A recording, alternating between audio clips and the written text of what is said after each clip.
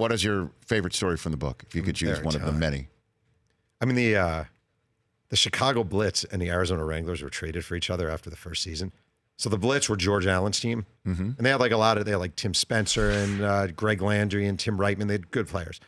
And the Wranglers were this crappy team in Arizona that I think they finished 4-14. It was an 18-game season. But the owner of the Chicago Blitz was a guy named Ted Dietrich who lived in Arizona. And he got tired of making 9 3-hour flights via charter jet to Chicago. So he had the teams traded for each other. So all the players in Chicago were traded for all the players in Arizona.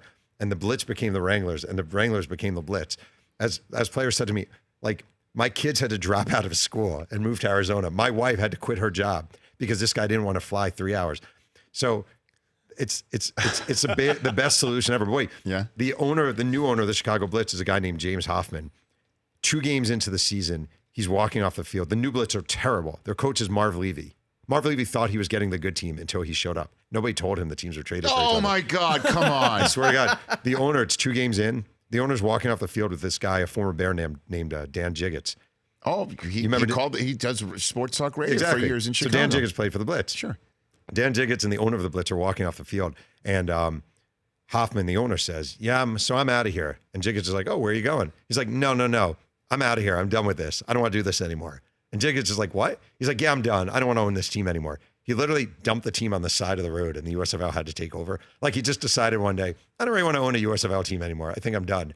And the Blitz were owned. And the GM, the USFL immediately hired all their high-paid staffers. The GM of the Blitz locks himself in his office, calls every media guy in the area, and goes, it's crazy what's going on here. Just like nonstop to everybody. It's like the best. I mean, no wonder you want to write a book on this. Yeah. It's unbelievable, the stories. And it's crazy that this didn't happen like 50, 60 years. We're not talking about the AFL and the NFL. This happened in the 80s, man. And so the equivalent would be, let's say the XFL would call Le'Veon Bell right now. Yeah. Right? Like, you want to play with us? Like, you're not being paid by the Steelers. You are not under contract. Why don't we pay you an absurd amount of money? Now, wouldn't you say the NFL would suddenly go, hold on a second? Yeah. Right? And try and – so you can't kind of blame the NFL for trying to destroy competition, right? I mean, the interesting one is Herschel, because you remember, I feel like a lot of people now don't realize he was iconic. Like, Herschel Walker coming out of Georgia wasn't just the latest Heisman Trophy winner. He was larger than life. And he was a junior, and the NFL didn't take juniors at that time. So he called the USFL and said, I want to come out of Georgia.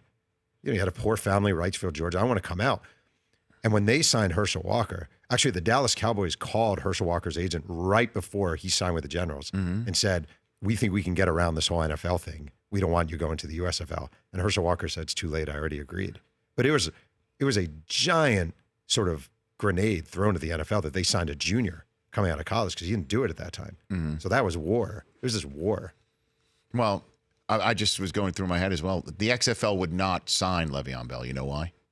Because he's had an arrest. Right. He's been arrested. And you know, they're not going to take those people who have been at all afoul of the law and put them in pads and helmets. It's going to be the clean league.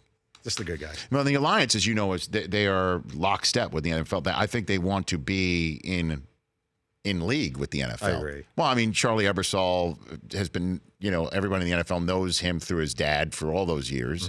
They got Polian and Polamalu and others. Spurrier. Right, Spurrier. I mean, so I think they would like to be, in a way, a minor league for Don't the you NFL. think that's a smart way to go? I actually think. Yeah. Of course. Yeah. Why wouldn't you want to be in business with the people who are, you know, the professional football, I guess, industry? Right. That's it. I always think, like, it's smart for them to be able to. So you have a quarterback in Omaha who's signed by the 49ers. The USFL would have fought that to the death. To me, the team in Omaha, the best thing they can do is issue a press release and have a press conference saying you saw him here and now you're going to see him there. Absolutely. Right. And also in the NFL, with the practice schedules the way that they are and the offseason the way that it is now scheduled, where you can't get your hands on somebody till the middle of April with no European league, you need to get reps and the number of coaches that say they cannot develop skilled position players like quarterbacks anymore. Yeah. There might be a need for the NFL to have another league. Yeah, I agree. In the spring that they're not paying for. Yeah. Right? Right. The Rich Eisen Show, weekdays at noon Eastern on Audience.